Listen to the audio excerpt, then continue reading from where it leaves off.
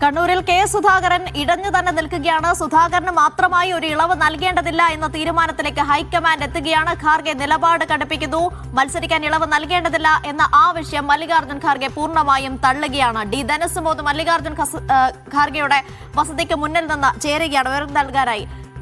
സുബോധി പറഞ്ഞതുപോലെ തന്നെ മല്ലികാർജ്ജുൻ ഖാർഗെയുടെ വസതിയിൽ കേരള നേതാക്കൾ ഉൾപ്പെടെ പങ്കെടുക്കുന്ന യോഗം തുടരുകയാണ്. ഈ യോഗത്തിന് ശേഷം കണ്ണൂർ മാത്രം ഒഴിച്ചിട്ടുകൊണ്ടുള്ളൊരു പട്ടികയാണോ പ്രതീക്ഷിക്കേണ്ടത്? കണ്ണൂർ ഒഴിച്ചിട്ട് ശേഷമുള്ള ഒരു പത്രിക തന്നെയായിരിക്കും നമ്മൾ ഈ ഘട്ടത്തിൽ പ്രതീക്ഷിക്കുന്നത്. കാര്യം സ്വാഭാവികമായും മറ്റു നേതാക്കന്മാരോട് ഒരു ആശയവിനിമയം നടത്തിയിട്ട് വേണം ഈ കണ്ണൂരിലെ ഉള്ള ഒരാളെ കൃത്യമായിട്ട് നേടിയെടുക്കാനായിട്ട്. കാര്യം അവർ നേരത്തെ രമേശ് ചെന്നിത്തലയും പി സി വിശ്വനാഥും ഷാഫി പറമ്പിലും ഉൾപ്പെടെയുള്ള നേതൃയോഗം അവർ ഒരുമിച്ചിരുന്നു കഴിഞ്ഞപ്പോഴാണ് ഇത്തരത്തിലുള്ള കണ്ണൂരിൽ പേരൊഴിച്ചിട്ടതിന് ശേഷം ബാക്കിയുള്ള പ്രഖ്യാപനം നടത്താം എന്നുള്ളൊരു തീരുമാനം എത്തിയിരുന്നത്. അതേസമയം കോന്നിയുടെ കാര്യത്തിൽ ഇങ്ങനെയായിരുന്നില്ല. കാര്യം അടൂർ പ്രകാശിനെ മുഖവിലേക്കെടുക്കാൻ അവർക്ക് വിശ്വസിപ്പിക്കാൻ കഴിഞ്ഞു എന്ന് തന്നെയാണ് നേതാക്കന്മാർ വിശ്വസിക്കുന്നത്. അതുകൊണ്ട് തന്നെ അവിടെ ഒരു പാനൽ പേരുകളാണ് പേരാണ് ഇട്ടിരിക്കുന്നത്. കോന്നിയിൽ, അതായത് അടൂർ പ്രകാശ് മത്സരിക്കും എന്ന് കരുതിയിരുന്ന കോന്നിയിലേക്ക് ഇപ്പോൾ അവിടുത്തെ DCC അധ്യക്ഷനായിട്ടുള്ള സതീഷ് കൊച്ചുപറമ്പിലിൻ്റെ പേരുണ്ട്. അതുകൊണ്ട് ഇനി പ്രധാനപ്പെട്ട വെല്ലുവിളി കണ്ണൂരിൽ ഒരാളെ ഫില്ല് ചെയ്യുക എന്നുള്ളത് തന്നെയാണ്.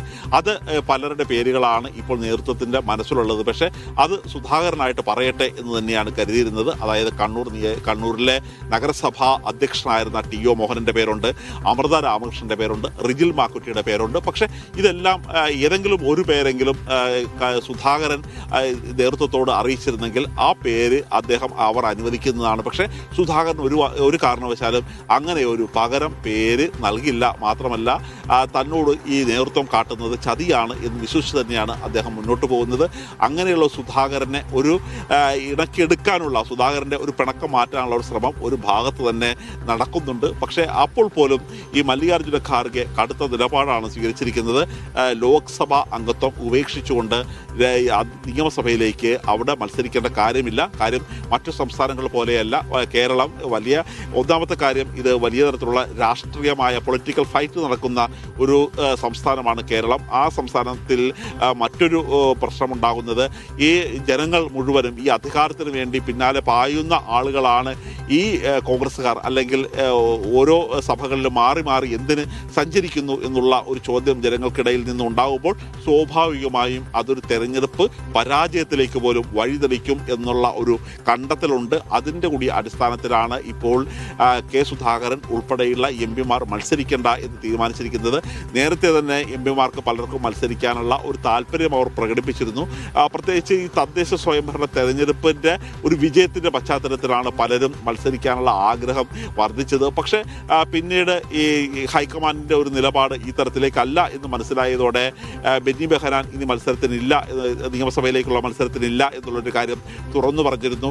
ആദ്യം ഇക്കാര്യം തുറന്നു പറഞ്ഞത് കൊടിക്കുന്നിൽ സുരേഷാണ്. കാര്യം നേരത്തെ കൊടിക്കുന്നിൽ സുരേഷും ഇതുപോലെ ഒരു മത്സരിക്കാനുള്ള താല്പര്യം അറിയിച്ചിരുന്നെങ്കിൽ പോലും ഹൈക്കമാൻഡിൻ്റെ ഒരു മൂഡ് മനസ്സിലാക്കി അദ്ദേഹം അത് വേണ്ടാന്ന് വെക്കുകയായിരുന്നു. പക്ഷെ അപ്പോൾ പോലും എന്തുകൊണ്ടാണ് ഈ അടൂർ പ്രകാശും കെ സുധാകരനും മത്സരിക്കാൻ വീണ്ടും കച്ചകെട്ടി ഇറങ്ങിയത് എന്നുള്ളത് ഒരു പ്രധാനപ്പെട്ട ചോദ്യമാണ്. ഇവിടെയാണ് ശിവഗിരി മഠത്തിൻ്റെ ഒരു പ്രസക്തി വരുന്നത്.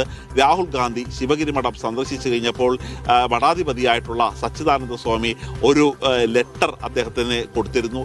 ആ എഴുത്തിൽ ഒരു 18 പേരുകളാണ് ഉണ്ടായിരുന്നത്. ആ 18 പേരുകളിൽ ഉൾപ്പെടുന്ന രാഷ്ട്രീയക്കാർ തന്നെയാണ് കെ സുധാകരനും അടൂർ പ്രകാശും ഉൾപ്പെടെയുള്ളവർ. ബാക്കി ഉള്ളവർ 16 പേരുകൾ VR അനൂപ് തുടങ്ങിയ നേതാക്കന്മാർ ഉണ്ട് അവിടെ. പക്ഷേ എങ്കിൽ പോലും ഈ പ്രധാനപ്പെട്ട നേതാക്കന്മാരെ ആണ് ഉൾപ്പെടുത്തിയിരുന്നത്. കാര്യം കോൺഗ്രസിൻ്റെ ഒരു രീതി പരിശോധിക്കുകയാണെങ്കിൽ കോൺഗ്രസിൻ്റെ MLA-മാരിൽ ഈഴവ വിഭാഗത്തിൽ നിന്നുള്ളവർ അല്ലെങ്കിൽ OBC വിഭാഗത്തിൽ നിന്നുള്ളവർ വളരെ കുറവാണ് എന്നുള്ളൊരു കാര്യം കാണാൻ കഴിയും. കഴിഞ്ഞ തവണ തന്നെയായാലും കെ ബാബുവിനെ പോലെ വിരലിലെണ്ണാവുന്ന ആൾക്കാർ മാത്രമാണ് നിയമസഭയിലേക്ക് ജയിച്ച് കയറിയിട്ടുള്ളത്. അതുകൊണ്ട് തന്നെയാണ് ഈ തങ്ങളുടെ ഒരു OBC വിഭാഗത്തിൻ്റെ ഒരു പിന്തുണ അല്ലെങ്കിൽ പ്രാതിനിധ്യം സഭയിൽ ഉണ്ടാകണം എന്ന് ആവശ്യപ്പെട്ടുകൊണ്ട് ശിവഗിരി മഠം ഒരു കത്ത് നൽകിയത്. ഈ കത്തിൻ്റെ കൂടി ഒരു പിൻബലത്തോടു കൂടിയാണ് കോൺഗ്രസ്